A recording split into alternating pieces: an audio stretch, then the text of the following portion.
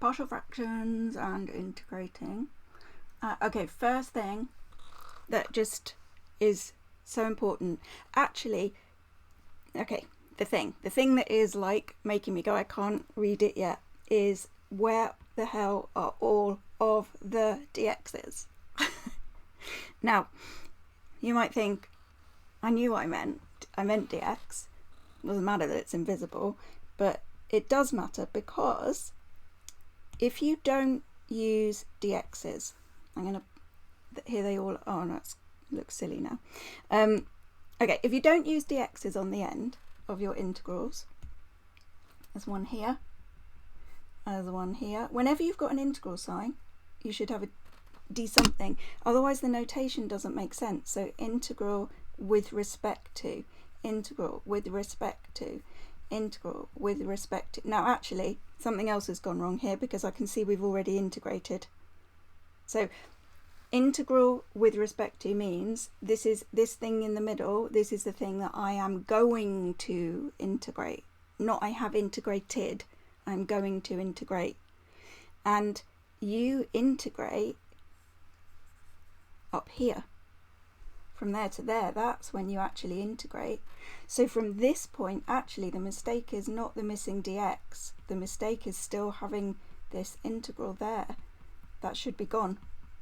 All of these. Yeah. Okay, so what we need also, look how many missing equals there are. So our integral here equals this. Nice. Which equals this, which equals this, and then you're putting your limits now, because we've integrated, your limit should now be like this. Then we're subbing in, so again we should have an equal sign. Now we do have an equal sign, which equals this, which equals this. Now they've gone again. So here, here, which equals this, which equals this, which equals this. Okay, so we've got missing dx's and missing equal signs and confused notation in terms of when that should be there or not. So this is what an integration question looks like. It has to have a d something on the end or it doesn't make sense. The whole time that you're just doing algebra on the integrand, the thing inside, we still haven't integrated. Once you get happy with it and you're ready to integrate, and now we do integrate, now it looks like this with the limits there. That's how the notation needs to work. Would you lose a mark for it? Maybe, depends on the mark scheme, is the honest answer. Maybe not, is the honest answer, but that's not the point, because the point is that all of these little missing bits, they are making it harder for your brain to know what's going on, and it's having to do more work to kind of make up what it thinks you might have meant a second ago, given that you didn't fully communicate what you meant a second ago. So that's one problem.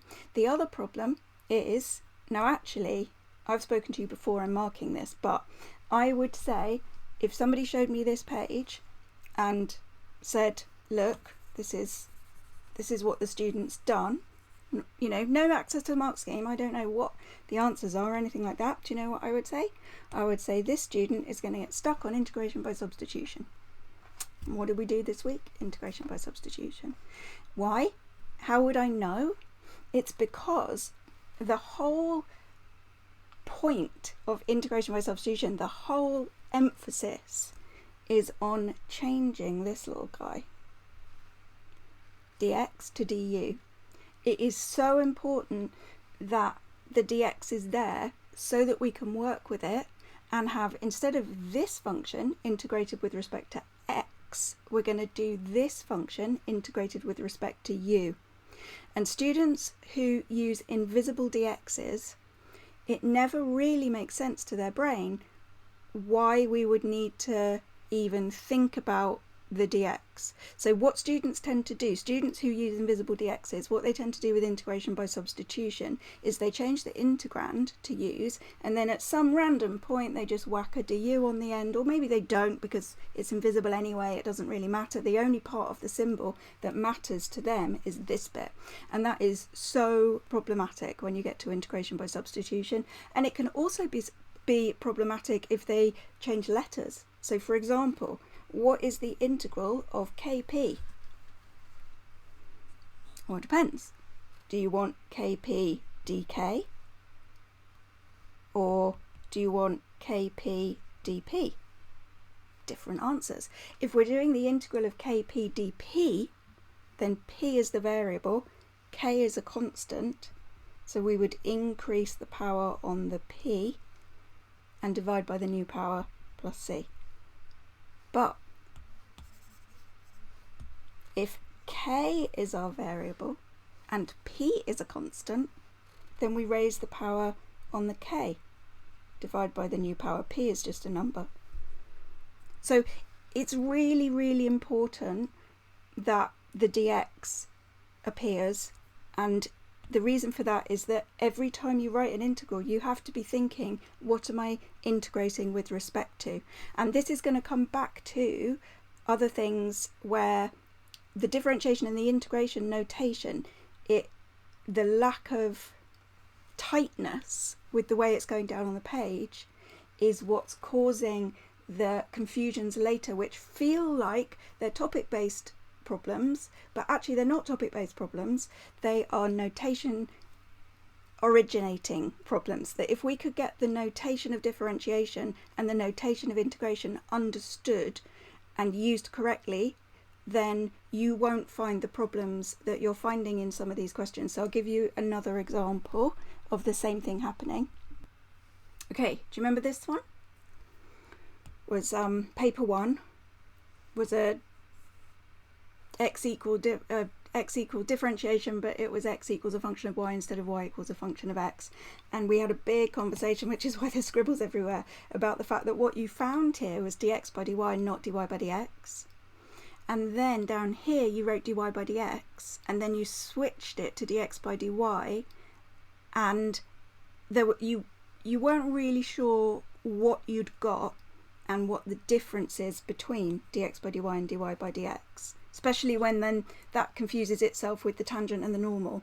So we spent quite a while looking at that notation there, and what it did in this problem was it just confused you into a model. So even though you knew exactly all of the maths for this question, you got all muddled because you weren't really sure what the difference was between dy by dx and dx by dy, and you were labelling things dx by dy and dy by dx kind of randomly.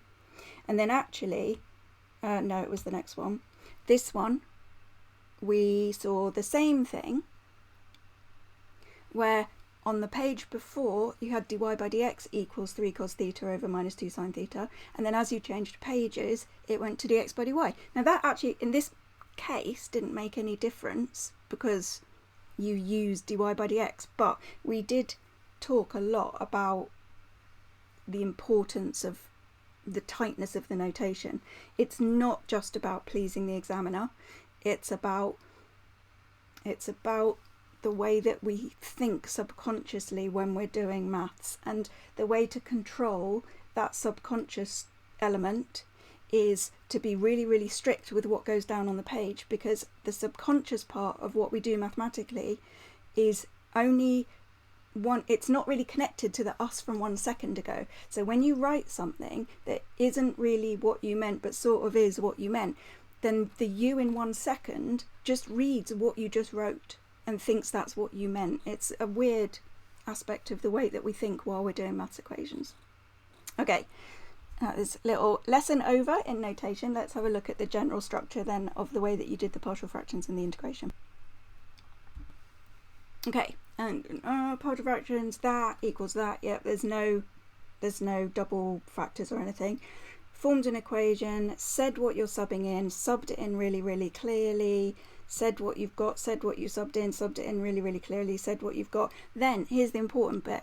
This is great. This is so good. This is like that sentence you did a couple of questions ago, you know, this one. This is how I know you're going to get an A or A star. This sort of thing that you do. You wrote down the partial fractions. It's such a simple thing, but the question says express this in partial fractions. And you have expressed that in partial fractions. If your final, we don't need the plus minus, that's the only thing. So if the b is negative, then all that happens is that plus becomes a minus. So we don't need this plus here. We just have this minus this. And also you've done it correctly in terms of how do you deal with when a and b are fractions. That's how you deal with when a and b are fractions. This is perfect. Not sure whether you'd lose a mark for having plus minus. We'll have to look at the mark scheme. But yeah, this is great. And the fact that your final answer is this is brilliant. The only thing I would improve is to put what it actually is. So really every line should have an equals sign. So that equals that. Express this in partial fractions, answer that equals this. Okay, the integration.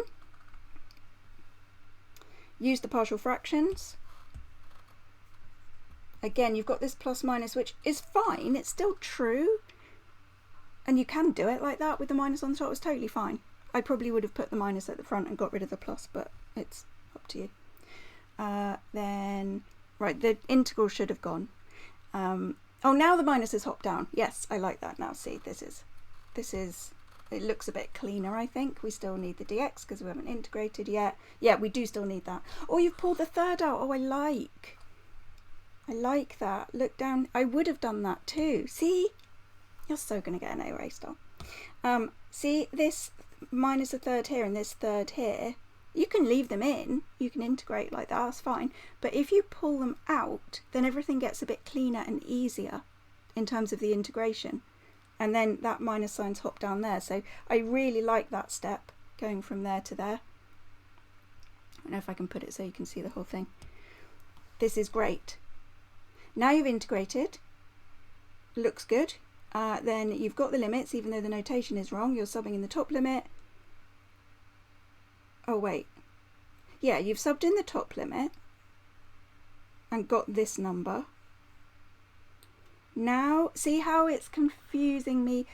The lack of communication is causing the problems for you, but it's also causing the problems for me as the examiner, because I'm like, whoa, what are you doing? So you said let x equals 3, let x equals 2. Then you actually only let x equals 3. Now x has become 2. Okay, so, right, so let's not put that there. Let x equal 3. That equals that equals that. Let x equals 2. Then, doing this because you've already integrated, then that equals that, which equals that, which equals that, which equals that. Are you going to do one minus the other? No. Confidence. This is not lack of knowledge. You know, you 100% know that the integral from a to b, when you integrate, then you sub in the b minus, and then you sub in the a. Now, I think one of two things has happened. Either you've totally just lost track of what on earth is going on, because there's no communication to future you from previous you. So you right now is looking at this and going, oh, thank God I finished. That must be the answer. You 3 seconds ago thought, right, I've integrated, I'd better sub in the top limit and then subtract and sub in the bottom limit. And then you 3 seconds ago thought, hang on, this is complicated. I'm just going to do x is 3 first, and then I'll do x is 2, and then I'll subtract. So off you go. You don't tell you in 3 seconds that that's what you're doing. Right, me, you, like right now. Right now, you goes, what was I doing? Oh, I was doing that. Yep, finished. Done. Because you have forgotten what previous you had decided to do. So that's one option, is that you lost yourself. And the other option is that you knew perfectly well that you wanted to do subtraction, but you thought you'd gone wrong and you'd lost confidence and you stopped because you didn't think what you'd done previously was correct. Now, if the first thing was the reason, then we're dealing with that, because every time you do a paper and every time we talk, we're talking about tightening up the notation, the communication between you and you, future you and past you. And if the second thing is the problem, the confidence, then we're dealing with that as well, because we're constantly looking at those places where you did know what to do, but you didn't get the marks you deserve, because you could get a method mark. There's a method mark for using the limits. If you'd done that minus that, even if they were totally wrong, even if everything was wrong, you would get a mark for using limits. So confidence or notation, these are the things that keep coming back as themes as to why you're losing marks and why on that paper 1 you got a low C, high D, when actually you are clearly an AA star student. So let's keep going. Let's see if there's any more evidence of these things being the problem.